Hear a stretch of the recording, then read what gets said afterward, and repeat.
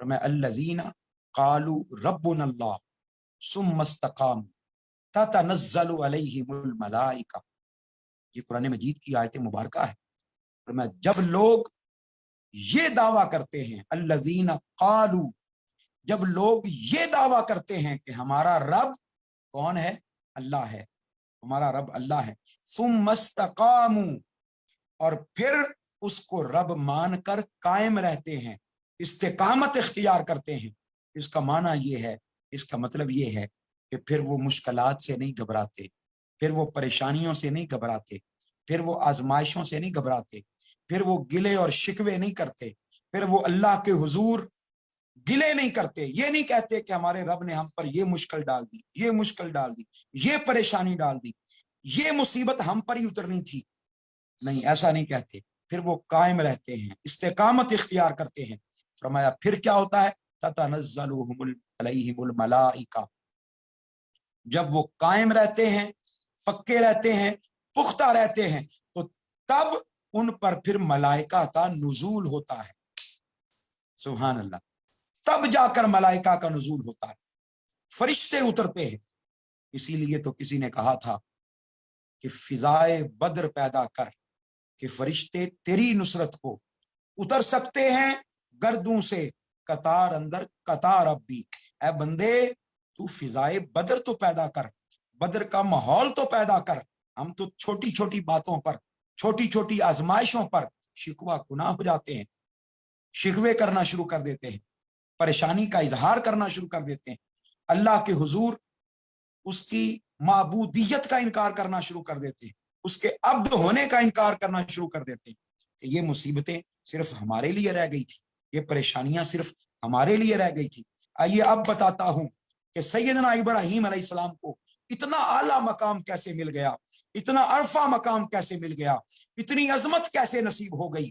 آئیے دیکھیے، اللہ رب العزت نے قرآن مجید میں ارشاد فرمایا، اذ ابتلی ابراہیم ربہ بکلمات، جب آپ کے رب نے، جب ابراہیم کے رب نے ابراہیم کو آزمایا، اذ ابتلی، آزمایا، پھر کیا ہوا؟ بکلمات، مختلف آزمائشوں میں ڈالا، مختلف آزمائشوں میں ڈالا۔ ایک دن صحابہ کرام رضوان اللہ علیہ مجمعین نے آقا علیہ الصلوۃ والسلام سے دریافت کیا کہ یا رسول اللہ صلی اللہ علیہ وآلہ وسلم، فرمائیے اللہ پاک نے یہ جو فرمایا ہے کہ ہم نے ابراہیم کو آزمایا، تو یہ تو بتائیں کہ کیسے آزمایا، کیسے آزمایا؟ تو آقا علیہ الصلوۃ والسلام نے بڑا مسجع اور مکفہ کلام بیان فرمایا، اور ایک جملے میں آقا علیہ السلام نے پوری ہسٹری سیدنا ابراہیم علیہ السلام کی بیان فرما دی۔ فرمایا ابراہیم علیہ السلام کی شان یہ تھی کہ سلم مالہ للطیفان ونفسہ للنیران وولدہ للقربان وقلبہ للرحمن۔ سبحان اللہ، سبحان اللہ، سبحان اللہ۔ اب بڑی امپورٹنٹ بات میں نے عرض کی، آقا علیہ الصلوۃ والسلام نے فرمایا کہ اے میرے صحابہ کرام، ابراہیم علیہ السلام نے کچھ کام ایسے کیے ہیں، کچھ آزمائشیں ایسی اتری ہیں کہ ان آزمائشوں کے نتیجے میں سیدنا ابراہیم علیہ السلام نے پہلا کام یہ کیا کہ اللہ پاک نے ان کو مال بہت عطا فرمایا تھا، ان کو مال بہت عطا فرمایا تھا، ان کے پاس بکریوں کا، مویشی کا، اموال کا بہت بڑا ریوڑ تھا، بکریاں بہت زیادہ تھیں، تو انہوں نے اپنے مال کو، اپنے مویشیوں کو، بکریوں کو وہ مہمانوں کے سپرد کر دیا تھا۔ کیا کر دیا تھا بولیے؟ مہمانوں کے سپرد کر دیا تھا۔ سلم مالہ، اپنا مال سپرد کر دیا تھا، کس کے؟ مہمانوں کے، مال مہمانوں کے سپرد کر دیا تھا۔ وَنَفْسَهُ لِلنِّيرَانِ، اور اپنی جان کو، اپنے وجود کو، اپنے جسم کو آگ کے سپرد کر دیا۔ مال کس کے سپرد کر دیا؟ مہمانوں کے۔ آپ مہمان کے بغیر کھانا نہیں کھاتے تھے، سیدنا ابراہیم علیہ السلام مہمان کے بغیر کھانا نہیں کھاتے۔ ہم تو آج ہمسائے کا خیال کرنا بھی مناسب نہیں سمجھتے، تو ایک ایک میل آپ تلاش کرتے، اور بعض کتابوں میں آئے 10 میل آپ مہمان کو تلاش کرتے، دائیں طرف بائیں طرف آگے اور پیچھے روزہ رکھتے، مہمان کو تلاش کرتے، مل جاتا تو افطار کر لیتے، نہیں تو پھر روزہ رکھ لیتے، پھر مہمان کا انتظار فرماتے۔ تو مالہ للضیفان، آپ نے اپنا مال مہمانوں کے سپرد کر دیا، وَنَفْسَهُ لِلنِّيرَانِ، اور اپنی جان وہ آگ کے سپرد کر دی۔ یعنی جب امتحان آیا اور نمرود نے آگ تیار کر لی، سیدنا ابراہیم علیہ السلام نے اپنے آپ کو اس آگ کے سپرد کر دیا، اور جب فرشتے جو ذمہ داریوں پر کار فرما تھے انہوں نے آ کر کہا تو سیدنا ابراہیم علیہ السلام نے کہا حسبہ من سوالی وہو اعلم بحالی، آپ نے فرمایا کہ میں تمہیں کیا سوال کروں، میرے لیے اتنا ہی کافی ہے کہ میرا رب میرے حال کو جانتا ہے، وہ زیادہ جانتا ہے میرے حال، میرے احوال، اعلم بحالی وہو اعلم بحالی، وہ میرے حال کو جانتا ہے، میں تمہارے سامنے کیا شکوہ کروں، تمہیں کیا بتاؤں۔ تو شکوہ کرنا آپ نے بند کر دیا، شکایت کرنا آپ نے بند کر دیا، اور میں جس کی خاطر میں آگ میں جا رہا ہوں وہ میرے حال کو بہتر جانتا ہے۔ تو سیدنا ابراہیم علیہ السلام نے یعنی مال مہمانوں کے سپرد کر دیا اور اپنی جان مولا کے سپرد کر دی، اور والدہ للقربان، اور اپنے بیٹے کو پھر قربان کے لیے، قربانی کے لیے سپرد کر دی، قربان کر دی۔ میں پھر گنتا ہوں، مال کو مہمانوں کے سپرد کر دیا، اپنی جان کو کس کے سپرد کر دیا، آگ کے سپرد کر دیا، اور اپنے بیٹے کو سیدنا اسماعیل علیہ السلام کو جو کہ بڑھاپے میں عطا ہوئے ان کو قربانی کے سپرد کر دیا، قربان کر دیا اللہ کی بارگاہ میں، اور باقی پھر دل بچا تھا، اور میں وَقَلْبَهُ لِلرَّحْمَانِ، اپنا قلب، اپنا دل اس کو رحمان کے سپرد کر، سبحان اللہ، اپنا دل مولا کے سپرد کر دیا، اپنی زبان مولا کے سپرد کر، ہر وقت زبان سے بھی مولا کا ذکر ہے، ہر وقت دل سے بھی مولا کا ذکر ہے، مولا کا ذکر ہے۔ تو یہ شان پھر اللہ پاک نے آپ کو عطا فرمائی۔ تو میں جو بات عرض کرنا چاہتا ہوں کہ اذ ابتلی ابراہیم ربہ بکلمات فاتمہن، جب اللہ پاک نے ان 4 آزمائشوں میں سے ابراہیم علیہ السلام کو گزارا تو فاتمہن، اب یہ بھی اللہ پاک نے خود گواہی دی قرآن مجید میں، فرمایا میرا ابراہیم ان تمام آزمائشوں میں سے پورا اترا، کسی ایک آزمائش میں بھی ابراہیم علیہ السلام پیچھے نہیں رہے، اور جب پوری آزمائشوں میں سے پورے اترے تو اللہ پاک نے فرمایا، سنیے گا اب بتاتا ہوں، اللہ پاک نے فرمایا قال انی جاعلک للناس اماما، اے ابراہیم تو نے چونکہ اپنا بیٹا بھی قربان کر دیا ہے، اپنی جان بھی میرے سپرد کر دی ہے، اپنا مال بھی سپرد کر دیا ہے، اپنا سب کچھ داؤ پر لگا دیا ہے، اے ابراہیم اس کا اجر یہ ہے کہ ہم تجھے پوری انسانیت کا امام بناتے، للناس، ساری انسانیت کا کیا بناتے ہیں، امام۔ اسی لیے سیدنا ابراہیم علیہ السلام کی اولاد کو ہم امام کہتے ہیں، امام کہتے ہیں، آقا علیہ الصلوۃ والسلام کی نسل پاک کو ہم امام کہتے ہیں، ذریت کو ہم امام کہتے ہیں۔ وجہ یہی ہے کہ اصل میں امام سیدنا ابراہیم علیہ السلام، یہ ٹائٹل ہم کسی اور کے لیے استعمال نہیں کرتے، اس لیے نہیں کرتے کہ یہ آقا علیہ الصلوۃ والسلام کے آباء و اجداد اور آقا علیہ الصلوۃ والسلام کی اولاد اطہار، اولاد امجاد، ان کے لیے خاص ہے، امام، ہم ان کو امام بنا دی۔ اور آگے پھر قال ومن ذریتی، انہوں نے یہ سوال خود ہی پوچھ لیا، مولا یہ ٹائٹل میری اولاد میں بھی رہے گا؟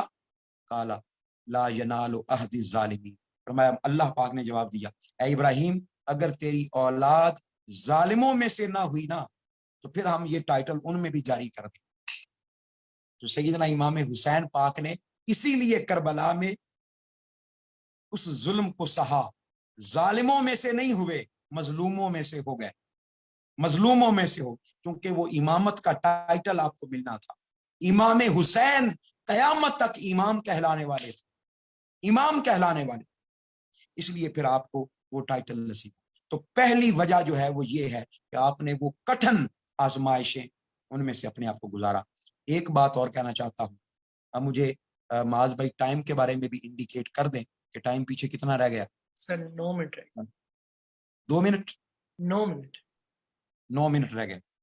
اب جو اگلی بات بڑی امپورٹنٹ جو آپ کے سامنے عرض کرنا چاہتا ہوں وہ یہ ہے کہ سیدنا ابراہیم علیہ السلام نے جہاں آزمائشوں پر آپ پورے اترے، جہاں پورے اترے، آپ نے ایک ایک آزمائش پر بڑی ثابت قدمی کے ساتھ ایک ایک قدم بڑا پھونک کے رکھا اور ان آزمائشوں پر پورے اترے۔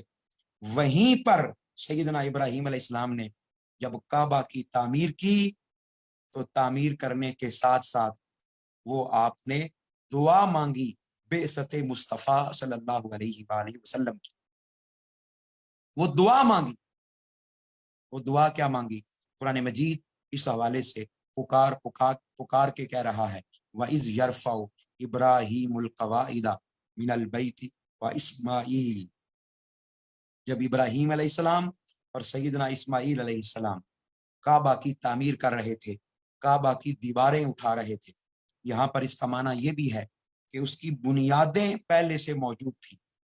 یرفع کا معنی یہ ہے کہ بنیادیں موجود تھی، بنیادیں موجود تھیں، اس کے اوپر دیواریں اٹھا رہے تھے سیدنا ابراہیم علیہ السلام اور سیدنا اسماعیل علیہ السلام۔ جب کعبہ کی اور دیواریں کیسے اٹھا رہے تھے، اس پر بھی مفسرین نے کہا ہے کہ سیدنا ابراہیم علیہ السلام حجر اسود پر کھڑے ہو گئے تھے۔ حجر اسود جو پتھر ہے، وہ جنتی پتھر، اس پر کھڑے ہو گئے۔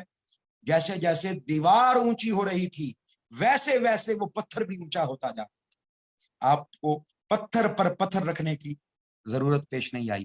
اور آپ کا بیٹا، کیونکہ یہ سامنے بچے بیٹھے ہیں میرے، آپ کا بیٹا، نوجوان بیٹا، وہ کعبہ کی تعمیر میں آپ کی مدد کر رہا تھا۔ سیدنا اسماعیل علیہ السلام پتھر اٹھا کر لا رہے تھے، اور یہ بھی بات کتابوں میں موجود ہے کہ سیدنا اسماعیل علیہ السلام جب پتھر اٹھانے جاتے تو پتھر خود پکار کے کہتے کہ اسماعیل ہمیں اٹھاؤ، ہائے ہائے ہمیں اٹھاؤ، خود پکار کے پتھر کہتے کہ ہمیں اٹھاؤ ہمیں اٹھاؤ، ہر پتھر کہتا مجھے اٹھاؤ۔ تو سیدنا اسماعیل علیہ السلام، اچھا یہاں پر یہ بات بھی عرض کر دیتا ہوں کہ بھاری پتھر تھے، اسماعیل علیہ السلام نے کیسے اٹھا لیے؟ بس یہی بات عرض کرنا چاہتا ہوں، اگر ایک پتھر ابراہیم علیہ السلام کے قدموں کے نیچے فلیکسیبل ہو سکتا ہے تو وہ اسماعیل کے ہاتھوں میں فلیکسیبل کیسے نہیں ہو سکتا؟ وہ دیکھنے میں پتھر تھے، محسوس کرنے میں روئی ہو گئے تھے، کاٹن ہو گئے تھے، بڑی آسانی سے نرمی کے ساتھ آپ نے ان کو اٹھا لیے۔ وگرنہ ایک پتھر، اور پھر اللہ پاک نے آپ کو نبوت کی طاقت بھی عطا فرمائی تھی سیدنا اسماعیل علیہ السلام، تو آپ نے وہ پتھر لا کر دیے اور ابراہیم علیہ السلام نے کعبہ کی تعمیر کر لی۔ اب جو بات عرض کرتا ہوں، جب آپ نے تعمیر مکمل کر لی، کعبہ تعمیر کر لیا، تو چونکہ آپ نے بھی مزدوری کی اور سیدنا اسماعیل علیہ السلام نے بھی مزدوری کی، کعبہ تعمیر، بھئی گھر کون بناتا ہے؟ بولیے، مزدور اور مستری۔ کون بناتا ہے؟ بولیے، مزدور، اور جسے آپ انگلش میں میسن کہہ دیتے ہیں، میسن، اور ورکر، لیبر۔ تو آپ نے جب لیبرنگ کی، مزدوری کی، گھر بنا دیا، اللہ کا گھر بنا دیا، کعبہ کی تعمیر کر دی، تو یہ آقا علیہ الصلوۃ والسلام کا فرمان ہے کہ مزدور کی مزدوری ختم ہونے سے پہلے اور پسینہ خشک ہونے سے پہلے اس کی مزدوری اس کو دے دو۔ تو سیدنا ابراہیم علیہ السلام اور سیدنا اسماعیل علیہ السلام نے جب مزدوری کر لی تو اللہ رب العزت کی بارگاہ میں مزدوری مانگنے کے لیے، اجرت مانگنے کے لیے دعا کی۔ دعا کی، کیا دعا کی؟ کوئی دولت نہیں مانگی، کوئی سلطنت نہیں مانگی، کوئی پیسہ نہیں مانگا، کوئی بادشاہت نہیں مانگی، کوئی نعمت نہیں مانگی، کوئی بڑی چیز نہیں مانگی۔ کیا دعا کی؟ ربنا وابعث فیہم رسولا، دعا یہ مانگی، مولا ہم نے سن رکھا ہے کہ تیرا ایک محبوب آنے والا ہے، تیرا ایک کالی کمری والا محبوب آنے والا ہے، کالی زلفوں والا محبوب آنے والا ہے،